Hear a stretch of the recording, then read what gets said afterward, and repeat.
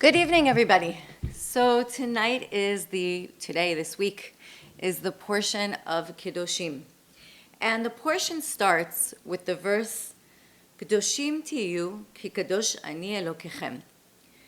You shall be holy, for I, your God, am holy.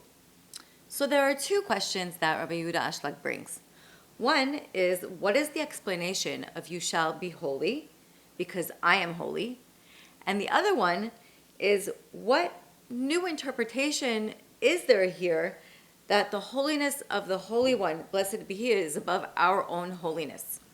So tonight, this portion talks about, of course, the holiness of Creator, the holiness of how we should keep ourselves, and it talks a lot about different laws that we should do and we shouldn't do. And I'm going to focus on a couple of them.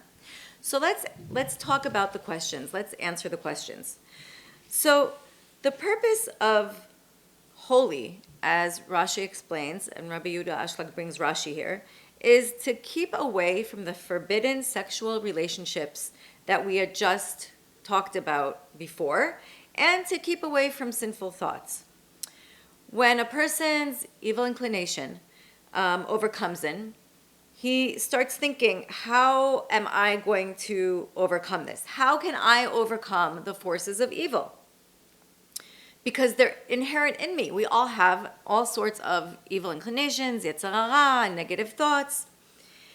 The verse tells us, I, the Lord your God, am holy, and I am your root. The Creator is our root. So if the Creator is our root, and we come from the Creator, then our soul is a portion of the Creator. Our soul is a part of the root. And that's why we should never give up on ourselves. We shouldn't be upset because our root is close to us and gives us pleasure. What does that mean? Our root is the Creator. The Creator created us only to give us pleasure. So we just need to strive every single day to come closer to the Creator. And the root then shines in us and awakens us towards Him, and we overcome the desires of evil inclination. Now, what does that mean? What does that mean that we are part of the Creator? What does that mean? The Creator created us. And I was actually studying with Eliyahu today about the difference between, but I don't want to go too much into it, the difference between something from nothing and something from something. The Creator created two aspects in us. One is our soul, which was something from something because the soul was in the endless before everything and it was part of the Creator. And then there's our body. And what is our body? Our body is the desire to receive for the self alone. And that does not exist in the Creator.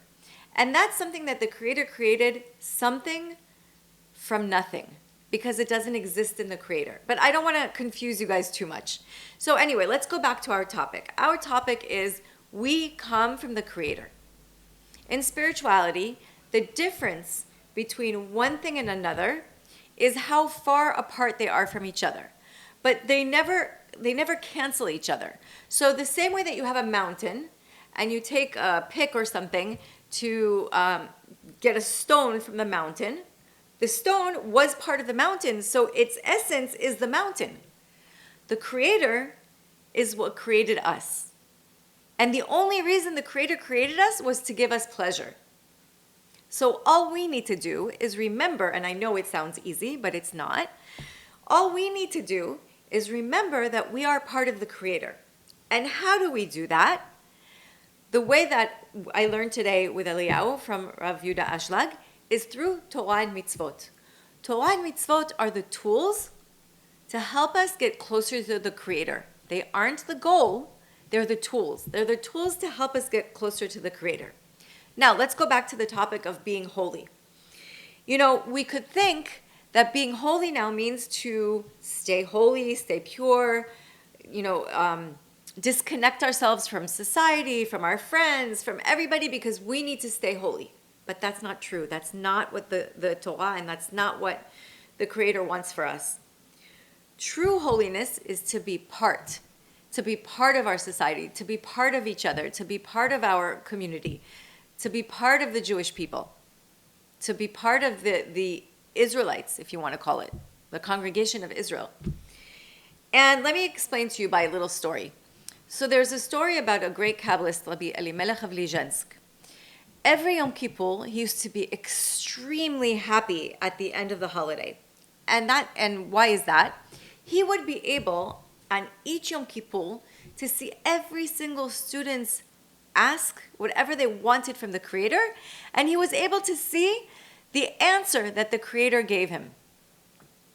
One Yom Kippur, there was one of the students there, and of course, Rabbi Elimelech was so happy, and he comes to him and he says, I know what you asked from the Creator, and I know the answer too. He says, you asked from the Creator to be able to study Gemara every day, just for the sake of the Creator, not to enjoy it, not to have any fun with it, but just to purely do it for the Creator. And you know what the Creator answered you? He said, you know what? If you're not going to be happy, I don't need it. I don't need your study. What does that mean? The only reason we were created was so that we could enjoy everything that the Creator created for us. This whole world was created for us. So if we don't enjoy what we have here, and we're going to talk about that, if we don't enjoy what we have here, then there's no point. The Creator created us only to give. We were created as vessels to receive. Now there's a catch here. What does it mean we were only created to receive? Yes, we were created only to receive, and we decided that we want to be like the Creator, so we want to be beings of giving as well. But that doesn't mean that we shouldn't enjoy what we have. Let's go a little deeper into it. I know it's confusing. So this is what it means. If I get up in the morning and I don't remember, and most of us don't, I don't remember that the reason I got up in the morning is because the Creator gave me life, then I'm going to think it's just a regular morning, and I might be depressed, I might be happy, all of the emotions of up and down. But I don't truly remember that the only reason I'm here is to receive all the goodness of the Creator. Let me tell you a story. There's a story about a certain rabbi. Let me just check what his name was. His name was Rabbi Shlomo of Kanskavalia. So this is the story of this Rabbi Shlomo and the Seer of Lublin. The Seer of Lublin was a very, very special person. He was an extreme Kabbalist. And he was called the Seer because he could see into a person's soul what they had done, what they were supposed to do. He could see everything about them. And the story is that this Rabbi Shmuel, who was a student of the Seer of Lublin, he was very poor, and he was dependent on other people for his livelihood, for his sustenance. And he decided once not to ask for any help from anyone. He didn't want to ask for any help. He wanted it to come straight from the Creator. Now, it was just about Passover time, and he had nothing in the house. There was nothing that he didn't have money to buy matzah or wine or anything. He had nothing. But he wouldn't budge. Rabbi Shmuel would not budge from his decision not to ask people. The rabbi's wife pleaded with him, please go and ask people for money. We need to do the holiday. But he wouldn't speak to anyone.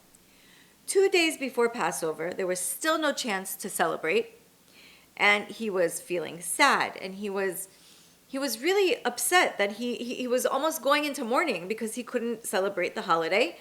But he wanted to trust the Creator that it was going to be fine. He knew that the Creator wasn't going to desert him. The Seer of Lublin knew about what was going on with his student, and he ordered one of his other students who was wealthy to make sure that, to buy everything for the holiday and send it to Rabbi Shmuel's house, everything that he needed. And of course, on Passover, he had everything. He had dishes, and he had groceries, and he had the matzah and the wine and delicacies and everything. And he gave it to him. Rabbi Shlomo was so happy that this happened. He was so happy that this man came and gave him everything without even having to ask. And on the eve of the first Seder, Rabbi Shmuel really felt special. He felt joy, and he was overwhelmed with happiness that this happened and that he trusted the Creator, and he didn't have to ask for anything, and it came to him. And he felt like he was floating when he was in the sedel, and everything was amazing, and he was in great joy that God had helped him without having to ask for help for people. And he was so happy. And this happened the whole first sedel. On the evening of the second sedel, Rabbi Shmuel was tired, and he lay down to rest, and he got up about 15 minutes before midnight. Now he knew, we all know, that we need to eat the afikoman at the end of the sedel before midnight. So he was so anxious, he was so upset, he didn't know what to do. He went through everything very fast, and he was going through everything hurriedly, and he was so anxious, and he was feeling terrible, and he thought that he had never had a sedel that was so terrible and in such low spirits and completely not the way he wanted it to happen. And he was able to eat the afikoman before midnight. After Passover, when he went to his rabbi, the Seer of Lublin, the Seer immediately addressed him, and he greeted him, and he said to him, let's look at the two sedels that you made. On the first night, it wasn't a good sedel. It was a terrible sedel. You felt like you were floating in the celestial worlds, and you were so arrogant. It was not a beautiful sedel. But the second sedel was amazing. How beautiful it was. You felt that your heart was broken and you were in such a low state. And that's the true sedel. Because the sacrifices of God are a broken spirit. And what is this? What does this mean for us? What is this lesson? A lot of times, we think that we can trust our emotions. And I want to tell you, our emotions of either being happy or being sad, true happiness, true sadness is the same thing. Now, I know, obviously, we all have emotions and we can't overcome our emotions, but we need to understand our emotions are not what we need. It's almost like idol worshiping. Our emotions can't control us. If we let our emotions control us, we are never truly getting closer to the Creator. Because what happens if one morning you wake up and you say, I don't feel like praying this morning, I'm not so holy. No, that's not the point. The Torah and the mitzvot were given to us. Being holy has nothing to do with how I feel. You know, people, and I'm going to go into a little bit of the next topic of not hating other people, and it says it in the next verse. But people think that if I don't feel like praying, I shouldn't pray. And if I do feel like praying, I had an amazing prayer. I was so into it. I really felt it. Who cares? The whole point is we were given the Torah and mitzvot to get closer to the Creator.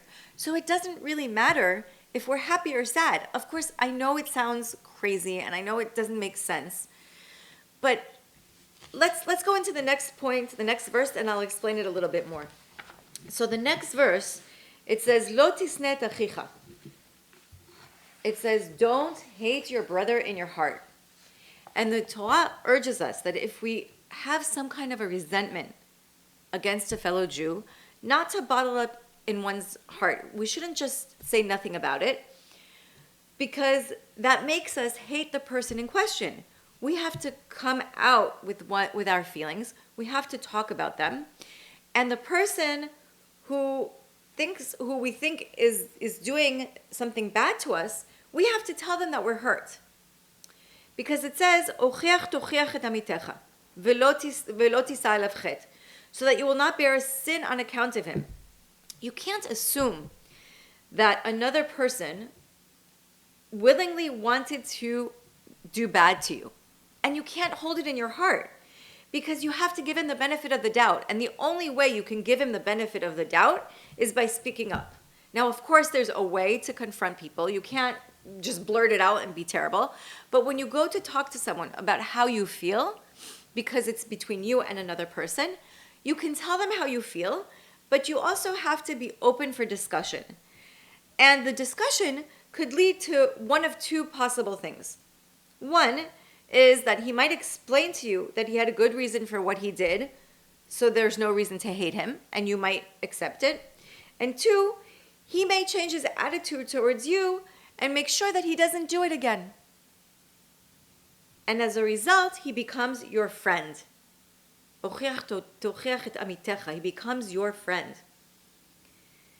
Now, another approach to our verse is based on the structure, because it says, "Lo tisne et achicha ve'lo tisne et achicha b'levavecha." But it should have read, "Lo tisne b'levavecha et achicha." It means it says you shouldn't hate your brother in your heart, but really it should say you shouldn't have hatred in your heart towards your brother. And the source of the hatred, the heart, should have been mentioned before actually the hatred. But the Torah reversed the order, and we need to know why, because obviously everything has a reason. There's nothing in the Torah that's without a reason.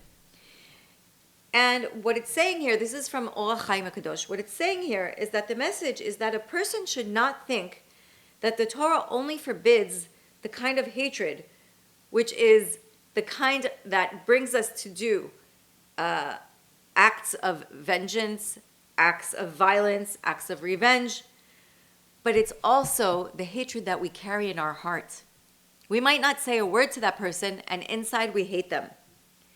But by opening our mouths and by mentioning the objection, the reason why there's hatred immediately, then the Torah makes it clear that even that kind of hatred is not good for us. It's forbidden.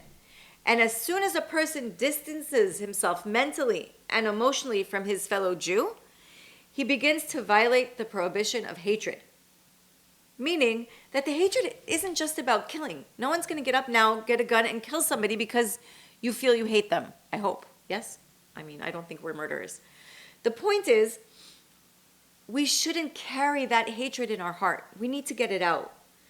So we need to think, why does the Torah use the word achicha, your brother, when it's describing a person who it is that you hate? Why would you call him your brother if you hate him? But the person that you've spoken about, that you've directed your anger to, that you spoke out about, is your colleague. And Orach Chaim says the best way to understand this is based on what it says in Tanah Devei Eliyahu at the end of chapter 3. We are told that if one observes a man known as a Torah scholar commit a crime, he has to think already that as a scholar, he already repented and fixed it. The Talmud discusses that one mustn't stand by when the donkey of someone else is falling. What does this mean? There's like this thing in Pesachim, in the Talmud, that if a person's donkey is falling, there's too much burden on his back, and it's someone that you hate, you can't disregard it. You have to go and help them. And the Talmud explains that Sonecha, the person you hate, is described as the owner of the donkey, and you have to look at him as one who's committed sins. In other words, one who you're allowed to hate. So the Torah scholar you're not allowed to hate. You have to assume that he's already repented for his sins. He's done tshuva. But there are people who are lower than Torah scholars, most of us. Those people, it says we're permitted to hate. But there are exceptions to the rule not to hate your brother. A Torah scholar is exempted from the list of sinners one is allowed to hate, as it is to be presumed that he is not a person who is in a habit of sinning. The Torah describes such a scholar as your brother, to teach you that even if this Torah scholar becomes guilty of a transgression, you must not hate him. But what does this whole thing mean? What does that mean, you're allowed to hate? It's not about allowing to hate. It's ochiach tochiach et amitecha. And there are many laws in this, so I don't want to get into all of them tonight. So don't go around telling people what they did wrong, because one of the biggest things that we need to understand is that even if you see someone doing something wrong, you've never seen the whole picture. There's a story about a rabbi in a village, and the rabbi goes every day by the grocery store towards the shul in the morning to pray. And one morning, there's a whole bunch of children waiting to go in after the rabbi, and they see the rabbi going to the grocery store and picking up an apple and eating it and going. Now the boys are shocked. They're like, what do you mean the rabbi didn't pay for the apple? He just took it and went. And they start spreading this rumor around that the rabbi took an apple without paying. And it's going from one person to the other, and now the whole village is talking about it, and everyone's talking about the rabbi. And the rabbi all of a sudden feels that there's something going on. He doesn't know what's going on, but he feels that there's something going on. And he goes to one of the people in the shul, and he says, what's going on? Why is everyone looking at me so weird? What's going on? And the guy says, Rabbi, these children saw you go by the grocery store, and they said that you took an apple and you didn't pay for it. And the rabbi looks at him shocked. He's like, if they had just asked me, I would have explained that I already paid ahead of time to the owner of the grocery store so that I wouldn't have to worry about it. And I pay him monthly so that I can take my apple every day. And the student is stunned. And he says to the rabbi, okay, I'm going to bring the children. And the rabbi says, you know what, leave it to me. Bring the children to me and I'll explain to them. So the children are brought to the rabbi, and the rabbi brings the child a pillow. And the rabbi says, cut the pillow open. And the child opens the pillow, and the rabbi says, now let all of those feathers in the pillow go. Let them go. And the child doesn't understand what's going on. And of course, he lets all the feathers go. And then the rabbi says to the child, now go pick up all the feathers and put them back in the pillow. And the child looks at the rabbi. Obviously, it's impossible. And the rabbi says to him, all of those feathers are like hurtful words that you said about me, and you can't take them back.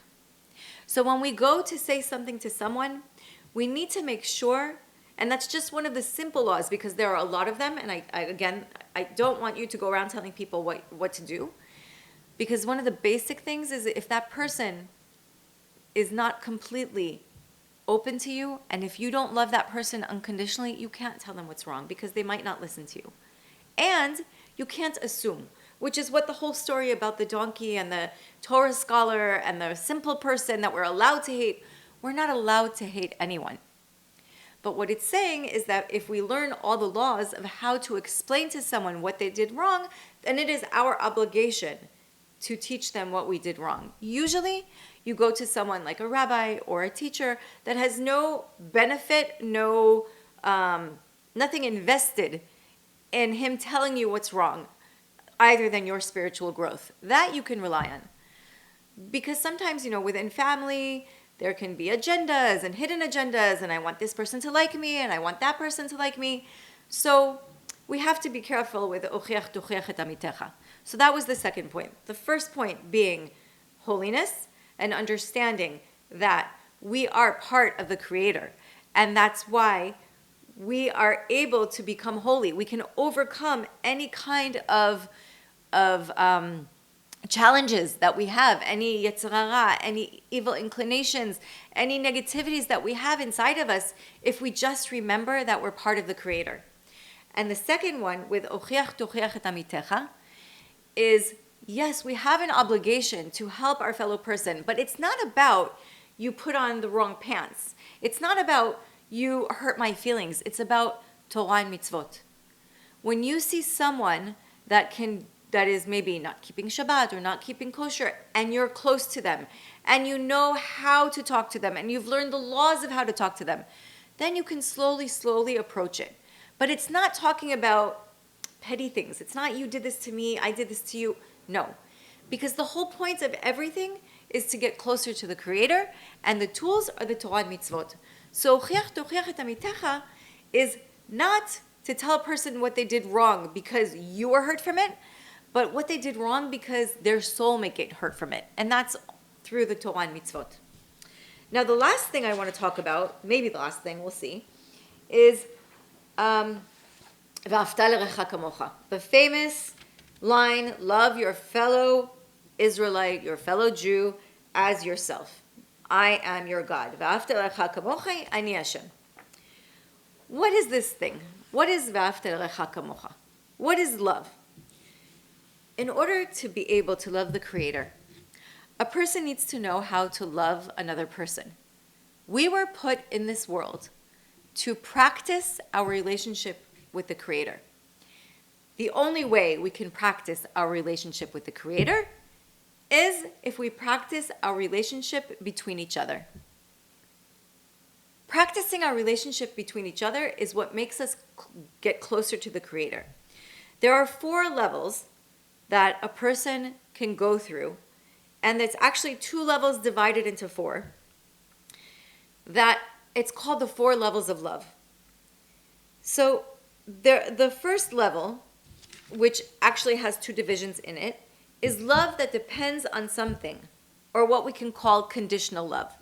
And what is conditional love? Because a person gets some kind of happiness from his friend, and that person loves him. So what are the 2 levels in this conditional love? The first one is that there's 2 friends who loved each other, but then hurt each other's feelings, but because of the good that was being done now for each other, they cover it up and they don't talk about the bad times. What does this mean? You have 2 friends that love each other. They might have hurt each other's feelings, but there's so much good that's being done now between them that they don't want to rock the boat. They don't talk about the bad feelings, and it just stays like this. That's one level of conditional love. The second level of conditional love is they were always good to each other and always did things for each other and never hurt each other's feelings, but they were giving gifts to each other. So this one gave a gift to this one, you gave a gift to him, she gave a gift to her, and everyone's happy. They never hurt each other's feelings. Everyone's happy because there's gifts being given. The second level of love that also has 2 different levels in it is love that does not depend on anything, or what we call unconditional love, which means that a person saw all the great things about his friend and saw that he passed all his tests and went beyond anything he expected, and because of that, he loved his friend. And of course, here there are 2 levels as well. The first level is he loves his friend before he knows any of the flaws or how he acts with other people, which is not considered just such a high level because he might act a certain way with his friend or have flaws, but the person doesn't find out about them because he might not act that way with that person. Understood? I might have a friend who I love very much, but I've only seen him in an environment just me and him or me and her. So I love that person completely because I don't know if they have anything bad about them. I've never seen them get angry. I've never seen them speak bad about anyone. But I don't know because maybe in a different environment, he's a different person. And the last level, which is the highest level, is the person knows everything about the other person and even knows about his flaws and his actions, and he can't find anything wrong about him, even though he knows about the negativity he has. And he loves him unconditionally. That is the highest level of love. Now, a lot of people, when I speak about this, look at me and say, okay, how do we find that friend? It's not about finding that friend. It's about looking inside. Are we capable of loving another person without judgment? Are we capable of loving another person even though we know the bad about them, even though we know the negativity about them? That's what we need to strive to. Strive towards wanting that relationship with the Creator. Now, I'm not saying that the Creator does bad, and that's a whole other conversation. I don't want to get into it now because there's nothing, the Creator doesn't have an infinity with negativity. If something in our lives looks negative or looks bad, it doesn't mean that it is. It's just that we don't see the whole picture. And the same way we don't see the whole picture about what the Creator wants for us, we never see the whole picture of what's happening to the other person in front of us. And that's why we should never judge someone and say, I hate them. Hate is such an intense word. It's a very, very intense word. It's scary. I would never want to say I hate someone. And it is important to talk about it. It is important to get it out there. It is important to say, okay, I have an issue with you. But remember, the issue is between you and that person according to your point of view. That person's point of view might be different. Or you may not be seeing something that you're doing that's causing the other person to be far from you. But if we remember, if we go back to the beginning and remember the reason why we can overcome any negativity, and the reason why being holy means not being up there in a mountain meditating somewhere. And this is what we should take with us this week, especially in our times. We need to take care of each other. We need to love each other. If there's no love between the Jews right now, between the Orthodox, the non-Orthodox, the conservative, the Reform, the whoever, we won't be able to bring peace. It's our responsibility. The same way that the 4 levels of love, it's not about finding a friend who can love you unconditionally. It's about you being able to look at others and love them unconditionally. So how does this all tie in? It's very important, and it's interesting to see the process and how the portion takes us. If you think about it, and I have it here, the Torah was very, very specific in how it took us through this. Because first of all, we shouldn't hate a fellow Jew. Second of all, never take revenge on a person for something they've done. Third, we aren't supposed to bear a grudge. And of course, the only way that you can let go and not bear a grudge is either by talking about it or being able to go through a process of letting go. And the importance of loving one another. And the Torah uses 2 different descriptions for a fellow Jew, because we're supposed to love our fellow Jew. The first one is your brother, and the second one is your colleague or a member of your people. And this tells us that this law applies to everyone, not just people who are Torah observant, but also people who are not Torah observant. And that is where the ochiach tuchech et amitecha, that you should tell a person if they've done something wrong. If a person isn't so close to the Torah and mitzvot, it is our job slowly to help them without judgment, without hatred. And I know that's hard. But those are the levels of the love that we go through. And this week we can take with us the idea first that we were created from the Creator. So we innately have in us the Creator. So our soul is the root of good. There is no bad in our soul. So if we have challenges, we can overcome them through Torah and mitzvot by remembering that we are part of the Creator. The Creator is inside us. Second thing is to not hate. Hatred is terrible, and bearing a grudge is terrible. And it's not just going out and having revenge and being violent. It's the hatred that we keep in our hearts that we don't talk about. It's terrible to hold on to that. So we need to be able to let go of that. And the last thing is to be able to reach true love with one another, which is a lifetime of work. Don't expect to be able to get to that 4th level of unconditional love right away. It doesn't happen. But at least we know and we recognize that there are 4 levels, and that we, in our inner work, need to work on that. It's not about the other person. It's about how we, in our inner work, can do that. So I'd like to do a little meditation. So if you can just put your legs down, arms down, relax a little bit. Take 3 deep breaths in and out. In and out. In and out. And I want you to imagine yourself in a safe place, a place that you feel comfortable. It can be a forest or a beach, somewhere in nature that's quiet, that you feel protected. And once you imagine that, I want you to draw in your mind a screen, a big white screen. And that white screen is made out of light. It's made out of the essence of the Creator.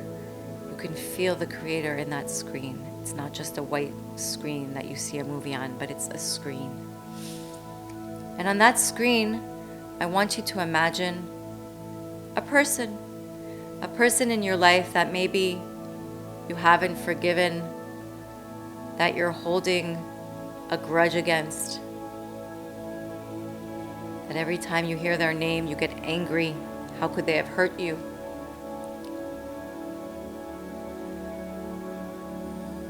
I want you to imagine yourself talking to them, telling them about your pain, and at the same time being open to hear them, hear their words.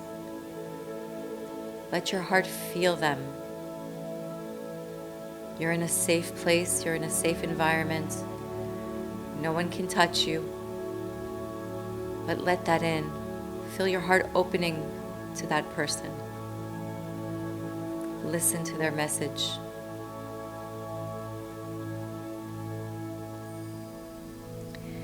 I want you to imagine slowly, slowly,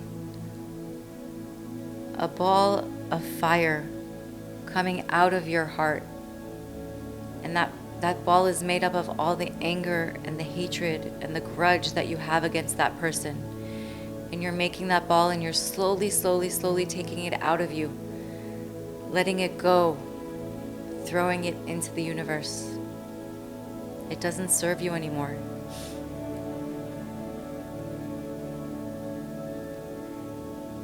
And I want you to slowly, slowly look at that person again and feel the openness between the two of you. Feel how the love can start growing. And imagine on that screen how you are hugging that person and they're hugging you and letting go of all that resentment and all that hatred. And slowly, slowly enveloping yourselves with the white light on the screen. Feeling the relief of getting rid of that revenge and that anger.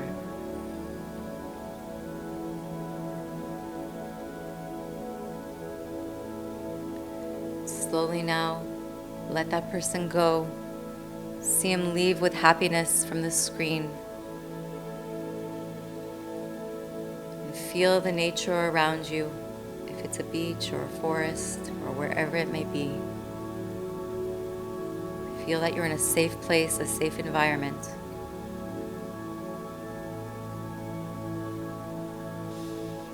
And slowly, slowly take 3 deep breaths in and out.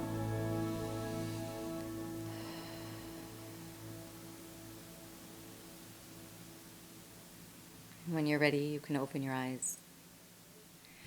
Thank you, everybody, and thank you for joining me. Thank you to everyone at home.